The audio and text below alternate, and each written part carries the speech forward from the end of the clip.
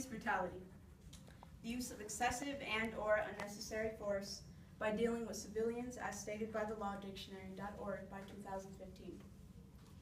Have any of you heard about the NFL football player Colin Kaepernick in the news lately? Maybe on Twitter or Instagram, #VeteransForKaepernick. Well, Colin Kaepernick has recently taken a stand by not standing with our country's national anthem. Today, my group members and I will be discussing and examining the controversy over the Star-Spangled Banner by hitting on the topics of racism, discrimination, patriotism, our right to the First Amendment, and the true meaning and lyrics of our nation's national anthem, along with the national anthem's ever-so-growing problems with police brutality. Police brutality and racism have been at the nation's utmost attention in America for the last couple of years. But according to Kaepernick and our President Obama, not participating in the anthem is to spread the word and start a conversation about our issues instead of staying silent. And creating a conversation is exactly what Kaepernick is doing. He is now using his high celebrity status to make a stand in today's society. Kaepernick's decision is not to participate in the anthem is an act of freedom of speech. Recently, as of September this year, in an interview with Fox News, he quoted, "I am not going to stand up to show pride in a flag for a country that oppresses black people and people of color." There are two sides to these controversial, touchy subjects, and I am hoping that by the end of this presentation, those two sides will be cleared.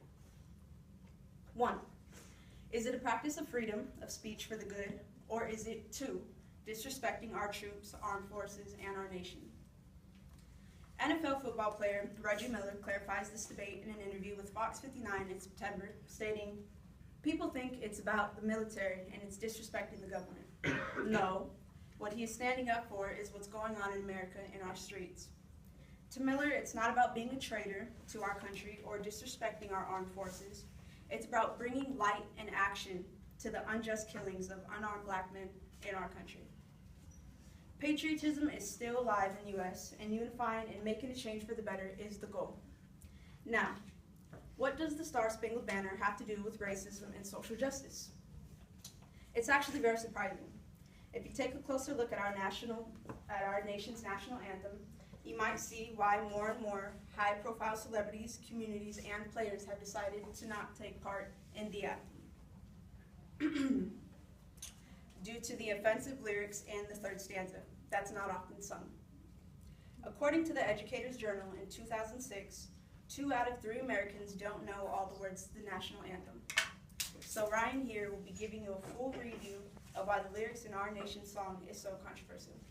Thanks, Vanessa. Now, I know if asked, we could all probably recite the national anthem, but do we really know what the lyrics mean? Today I'll tell you about Francis Scott Key's reason for writing the national anthem, the lyrics in question that are so controversial, and how the media sees the protest by Kaepernick. Now into some background information. Francis Scott Key's Star-Spangled Banner was written on September 14th, 1814.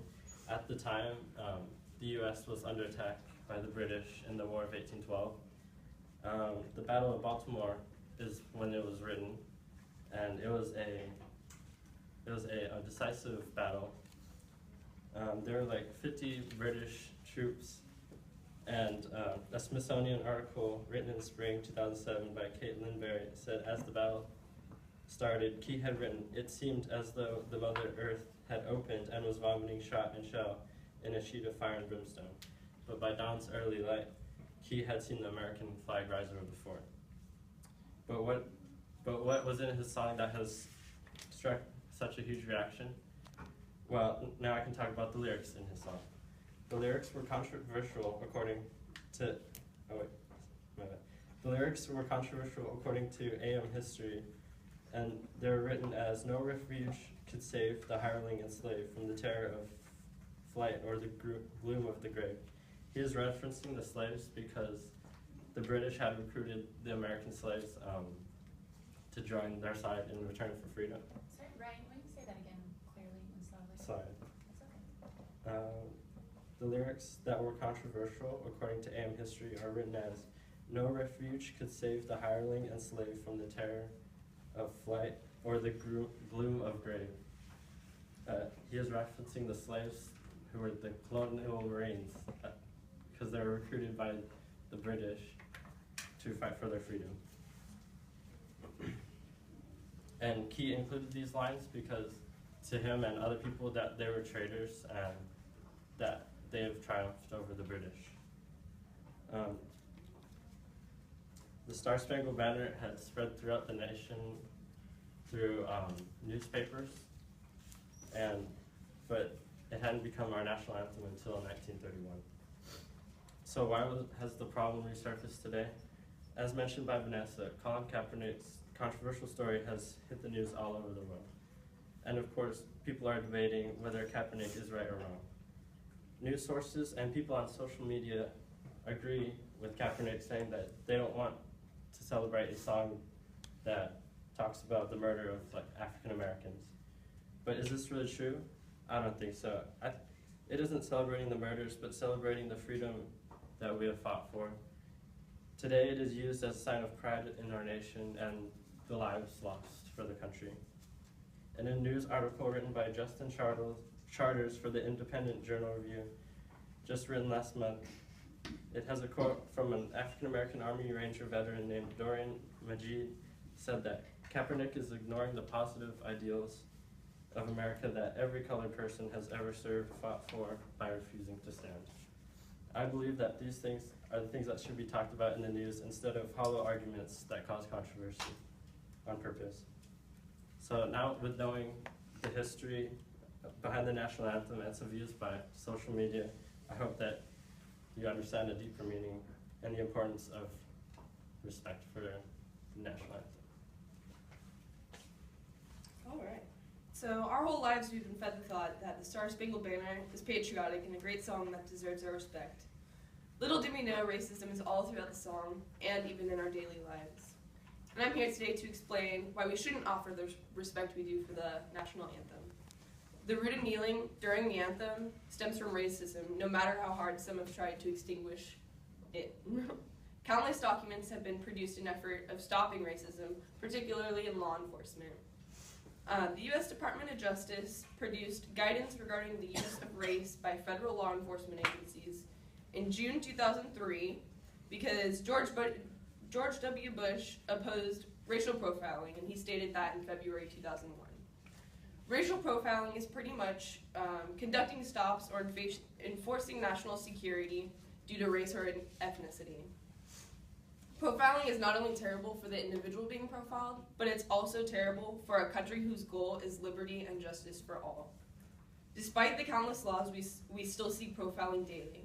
An example of this is I found in an article called "Graphic Video Shows Fatal Police Shooting of Unarmed Black Man in El Cajon, California," written by Matt Ferner and published on September 30th, 2016.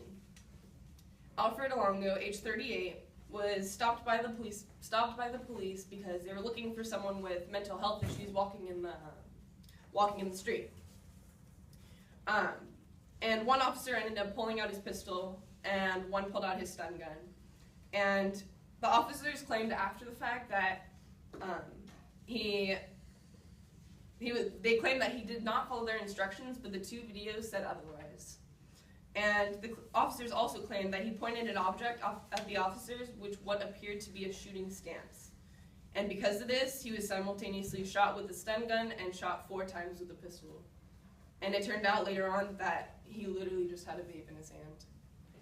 And after everything was said and done, his mom claims that he had no mental health issues and he was a good, loving man. And the reason he had a mental breakdown when he was confronted by the police officers was because his friend had recently passed away. Racism that exists today is the root of kneeling. But what exactly is racist in the national anthem?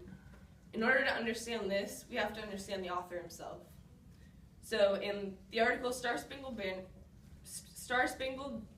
Bigotry, the Hidden History, Racist History of the National Anthem, published on the 4th of July, 2016 by Jason Johnson, he talks about how the author Scott Key was pro-slavery, anti-black, anti-abolitionist, and he even believed that free blacks have to be sent back to Africa from America. And as Ryan mentioned earlier, it was pretty much, the third verse was dedicated to dissing the colonial Marines, which were the runaway slaves that joined the British Army in hopes of freedom. So an excerpt from the third verse is, their blood had washed out their foul footsteps pollution. No refuge could save the hireling enslaved from the terror of flight and the gloom of the grave, and the star-spangled banner in the triumph doth wave over the land of the free and the home of the brave. Which pretty much is just a huge diss on those who fought for their freedom. And racism has and will be a reoccurring issue in the U.S. in regards to the national anthem up until today with racial profiling. Racism is everywhere, and it's time to not stand for the national anthem, but in spirit stand up for what's right. No more racism. And before I pass it off to Derek, I have a question for you guys. If you had to take a guess, what percent of professional athletes feel they have been discriminated against?